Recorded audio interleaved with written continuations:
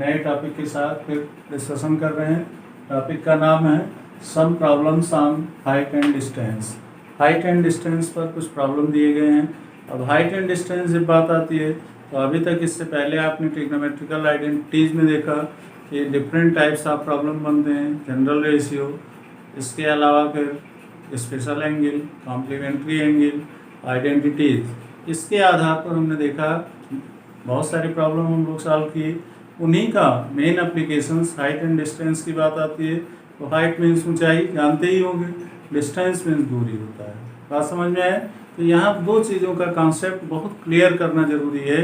एक तो height and distance का क्या यूज़ है, क्यों हम इसको करते हैं। तो मेनली अभी आपने देखा कि यहाँ सामान्य तौर पर जब भी हम ट्रिग्नोमेट्री की बात करते हैं तो वहाँ पर एक ट्रायंगल बेस्ड प्रॉब्लम होती है और वो ट्रायंगल क्या होता है, राइट एंगल ट्रायंगल होता है। इस राइट एंगल ट्रायंगल की विशेषता क्या होती है, एक एंगल इसका 90 डिग्री होता है। अब 90 डिग्री एंगल से होने के बाद अदर एंगल्स के क्या रेशियोज होंगे, इनके विषय में बात करना। यहाँ पर दो शब्द प्रमुख रूप से आते हैं, angle of depression and angle of elevation. तो एंगल ऑफ डिप्रेशन का मतलब क्या हो गया कि जिसमें हमारा ऑब्जर्वर, प्रेक्षक जो होता है वो ऊपर तरफ होता है और उसके जस्ट नीचे क्या होती है, ऑब्जेक्ट होती है। मतलब सीधे शब्दों में हम ये कह दें कि जब कोई प्रेक्षक नीचे की वस्तु को देखता है तो वो क्या कहलाता है, एंगल ऑफ डिप्रेशन। मतलब कि उसके द्वारा इंक्लाइंड एंगल जो बताया जाएगा वो एंगल ऑफ डिप्रेशन होगा। एंगल ऑफ एलिवेशन में वही सेम चीज उल्टा हो जाता है, प्रेक्षक नीचे आ जाता है और वस्तु ऊपर हो जाती है। अब सपोज कीजिए इस ट्रायंगल में एक एंगल इसकी 90 डिग्री है, इनके नॉमिनेशंस कर दीजिए। मान लीजिए ए बी सी इसके 3 वर्टिसेस हैं। अब यहाँ पर हम ऑब्जेक्ट को रख दे रहे हैं। तो ऑब्जेक्ट अगर यहाँ रख रहे हैं तो ये क्या हो रहा है, ऑब्जर्वर हो रहा है। ऑब्जर्वर हमारा ऊपर बैठा हुआ है, तो जब वहाँ से वो एंगल इंक्लाइन करेगा तो वो एंगल इस तरह से इंक्लाइन करता हुआ दिखाएगा। और यहाँ से अगर सपोज कीजिए थीटा एंगल इंक्लाइन किया तो वो देख रहा है कि यहाँ से बैठा हुआ प्रेक्षक की वस्तु किस पर है, थीटा एंगल के एंगल ऑफ इंक्लिनेशन पर है। तो आप ये देखते होंगे पैरेलल लाइन प्रॉपर्टीज है, अगर इस लाइन को आगे बढ़ा दिया जाए तो इस पर एक ट्रांसवर्स लाइन बन रही है और उस ट्रांसवर्स लाइन के कारण ये पैरेलल लाइन एंगल की प्रॉपर्टी के तहत ये एंगल इसका थीटा अल्टरनेट इंटीरियर एंगल के इक्वल हो जाएगा। तो जो वहां पर हमें एंगल ऑफ डिप्रेशन मिला था वो एंगल ऑफ डिप्रेशन किसमें कन्वर्ट हो गया, एंगल ऑफ एलिवेशन में। जब भी यहाँ एंगल ऑफ एलिवेशन हमारा क्लियर हो गया तो ऐसी कंडीशंस में हम क्या करते हैं, हाइट एंड डिस्टेंस मतलब कि परपेंडिकुलर अपॉन बेस का रेशियो क्या होता है, 10 होता है। 10 के अकॉर्डिंग हम वैल्यू फाइंड आउट कर लेते हैं। तो यही मेन मोटो होता है। कहने का मतलब height and distance is the application of trigonometrical functions. We can find the ratios between them and analyse the answers. तो कहने का मीन्स ये हो गया कि यहाँ पर जब भी हम कोई क्वेश्चंस करते हैं उन क्वेश्चंस में दो ही रोल होता है, प्रेक्षक और वस्तु का। प्रेक्षक ऊपर होता है और वस्तु नीचे होती है तो एंगल ऑफ डिप्रेशन बनता है, जिसे हिंदी में कहते हैं अवनमन कोण। और जब वस्तु ऊपर हो जाती है, प्रेक्षक नीचे होता है, तब क्या बनता है, एंगल ऑफ एलिवेशन बनता है। एंगल ऑफ एलिवेशन सामान्य ढंग से एंगल बनता है। तो ऐसी कंडीशंस में क्या होता है कि वहाँ पर एंगल ऑफ एलिवेशंस को भी 10 के रेशियो में काउंट कर लेते हैं। तो मैक्सिमम हाइट एंड डिस्टेंस के केसेस 10 थीटा से या 10 रेशियो से ही डिफाइन किए जाते हैं। रेयर केस में कभी कभार जरूरत पड़ जाती है कि सपोज कीजिए हमारे पास हाइपोटेन्यूज और एंगल इंक्लाइन दिया गया है, तब हम वहाँ पर साइन थीटा और कॉस थीटा का भी प्रयोग कर सकते हैं। शेष 3 आइडेंटिटीज जो हैं, जो रेशियोज हैं, उसको आपको मालूम ही है कि साइन का अपोजिट जो होता है कोसेक होता है, कास का सेक होता है और टेन का काट होता है। तो सामान्य तौर पर जो अभी आप ट्रिग्नोमेट्रिक रेशियोज में रीडिंग किया, चाहे वो स्पेसिफिक एंगल के माध्यम से या कॉम्प्लीमेंट्री एंगल के माध्यम से, उनका विशेष तौर पर इसमें उपयोग करना है। तो चलिए ठीक है, अब इसी पर हम अगला देखते हैं जो हमने आज प्रॉब्लम सजेस्ट किया है। इन प्रॉब्लम्स को सॉल्व करने के लिए क्या करते हैं, फर्स्ट एग्जाम्पल्स पर हम कंसंट्रेट करेंगे। यहाँ हमारा ये हो गया सॉल्यूशंस। फर्स्ट सॉल्यूशन लाना है। अब इससे पहले क्वेश्चंस को रीडिंग करते हैं। क्वेश्चन हमारा क्या कर रहा है, ये window in a building is at a height of 10 metre. एक कोई बिल्डिंग बनी है जिसमें 10 मीटर की हाइट पर विंडो लगी हुई है। फ्रॉम द ग्राउंड, कहाँ से हाइट ली गई है, मतलब ग्राउंड फ्लोर से, और 10 मीटर की ऊंचाई पर विंडो है और जस्ट उसके ऊपर बिल्डिंग का मेन हेड है। ठीक है, तो अगला कह रहा था angle of depression, angle of depression of A point P on the ground from the window is 30 degree. कि कोई ऑब्जर्वर विंडो पर बैठ करके और पी पॉइंट जो ग्राउंड लेवल पर है वहां पर एंगल मेजर करता है। इंक्लाइंड एंगल क्या होगा, तो उसे मिलता है कि एंगल ऑफ डिप्रेशन 30 डिग्री का है। The angle of elevation of the top of the building from the point P, और उसी पी पॉइंट पर फिर दोबारा प्रेक्षक जा करके और टॉप ऑफ द बिल्डिंग को देखता है तो वहां उसे एंगल ऑफ एलिवेशन 60 डिग्री मिलता है। फिर कह रहा है find the height of the building, तो इस बिल्डिंग की हाइट क्या होगी।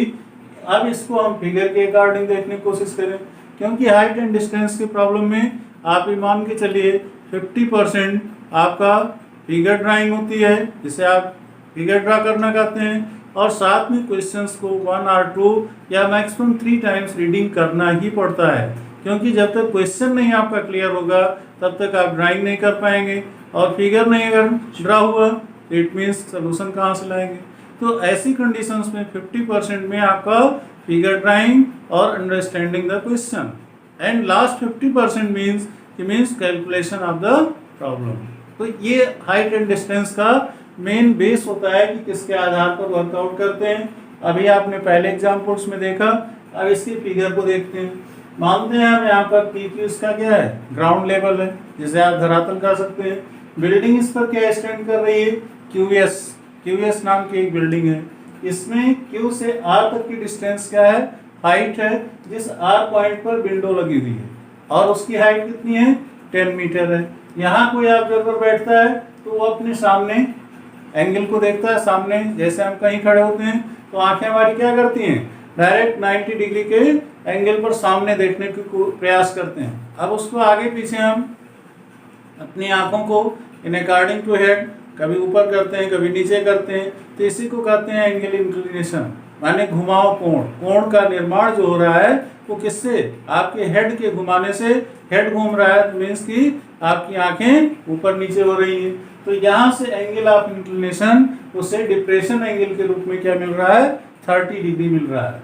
अब इस 30 डिग्री को हम क्या करते हैं, एंगल ऑफ इंक्लिनेशन के कारण इसको क्या कर देते हैं, यहाँ पर अल्टरनेट इंटीरियर एंगल ले लेते हैं, क्योंकि वही फार्मूला जो अभी हम आपको पैरेलल लाइंस के लिए कर रहे थे।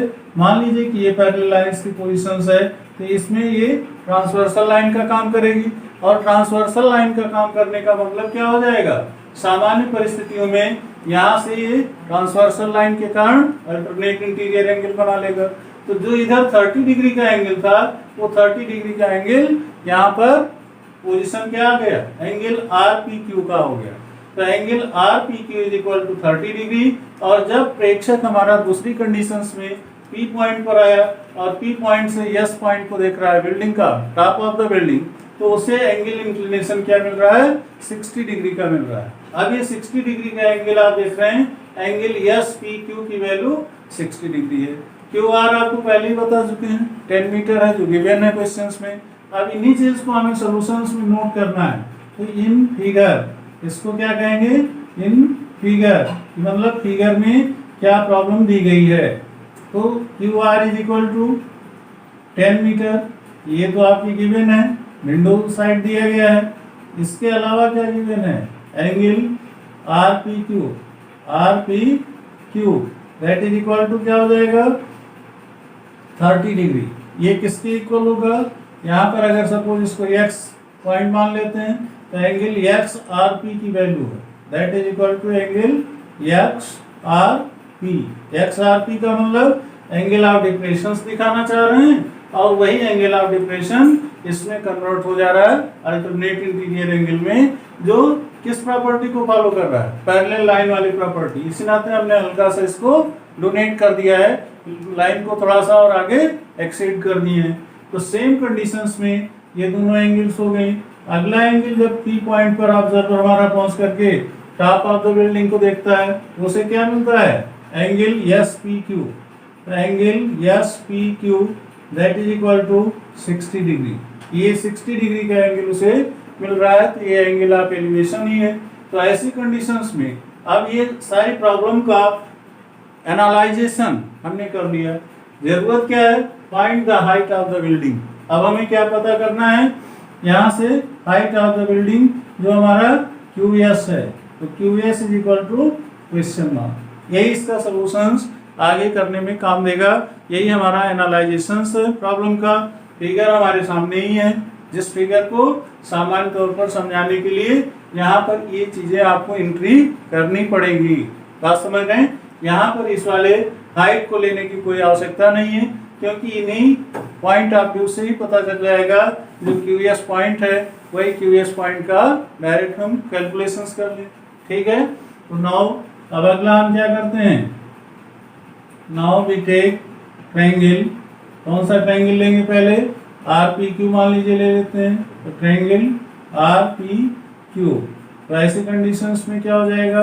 ट्रायंगल RPQ में tan 30 degree, tan 30 degree is equal to किसके इक्वल हो जाएगा? Perpendicular upon base. परपेंडिकुलर के रूप में क्या है?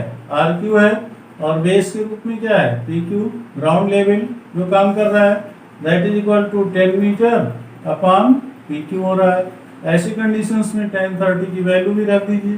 तो tan 30 की वैल्यू 1/√3 होता है ट्रिग्नोमेट्रिकल टेबल से, आप देखते हैं प्रैक्टिस में भी होंगे। इसके अलावा ये वैल्यू क्या हो रही है? 10 मीटर अपॉन PQ। अब यहाँ से स्लाइड पुल कर लीजिए, तो PQ के टर्म्स में वैल्यू आ जाएगी। तो PQ इज इक्वल टू क्या हो जाएगा? √3 इंटू 10 माने 10√3 मीटर। इसको आप फर्स्ट इक्वेशन बना दीजिए। एक ट्रायंगल को आपने एनालिसिस कर लिया और वहां से आपने PQ की डिस्टेंस फाइंड आउट कर लिया। तो PQ आपका क्या मालूम हो गया?